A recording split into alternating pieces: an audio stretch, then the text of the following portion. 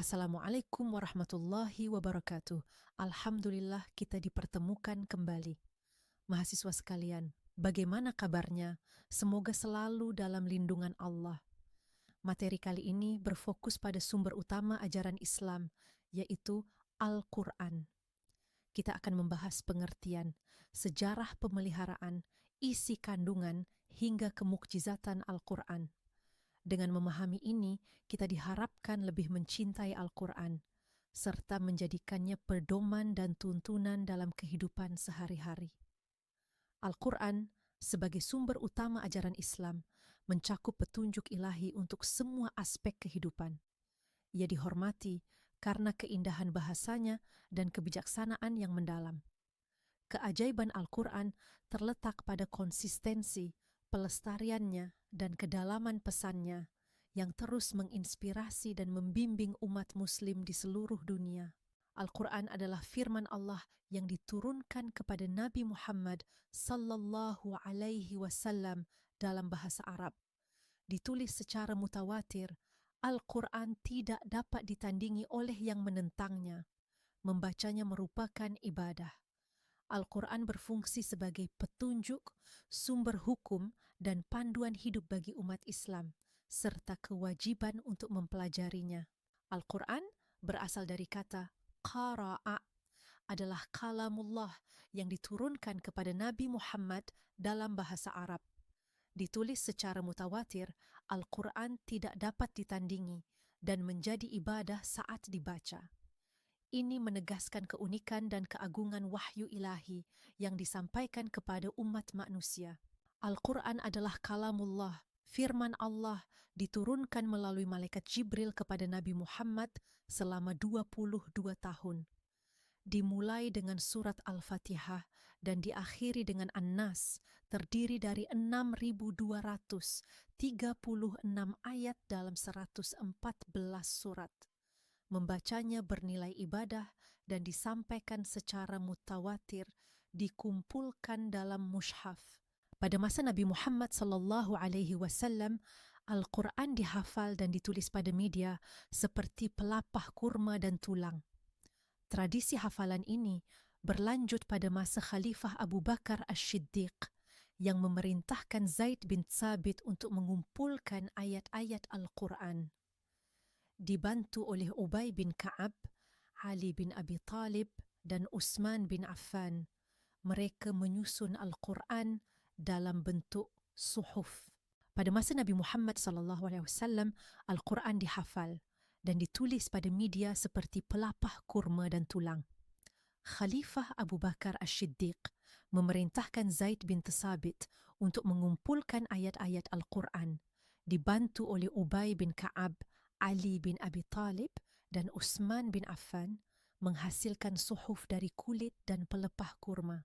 Khalifah Utsman bin Affan menugaskan Zaid bin Thabit dan Abdullah bin Zubair untuk menulis Al-Quran menjadi satu mushaf.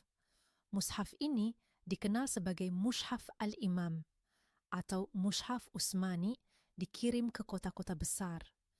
Pada periode Khalifah Ali bin Abi Talib, pemeliharaan Al-Quran mencapai penyempurnaan.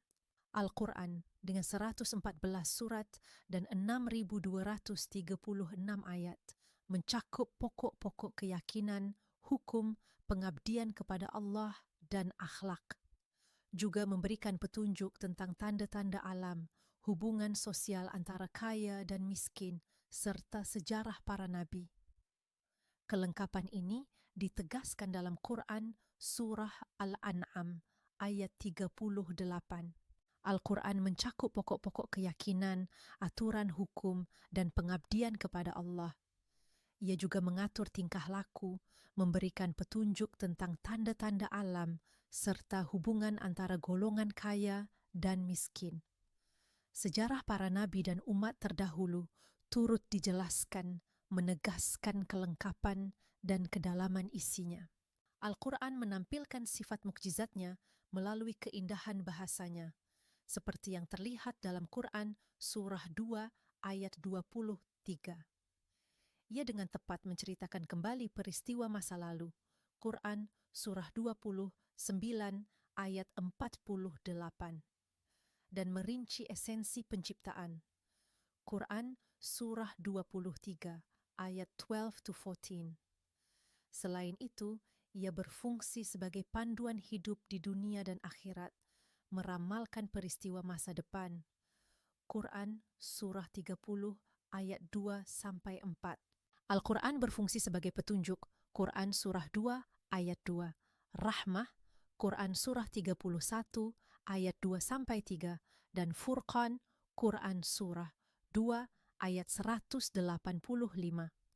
Ia juga menjadi mau'idah, Quran Surah 10 ayat 57. Busira, Quran Surah 27 ayat 1-2.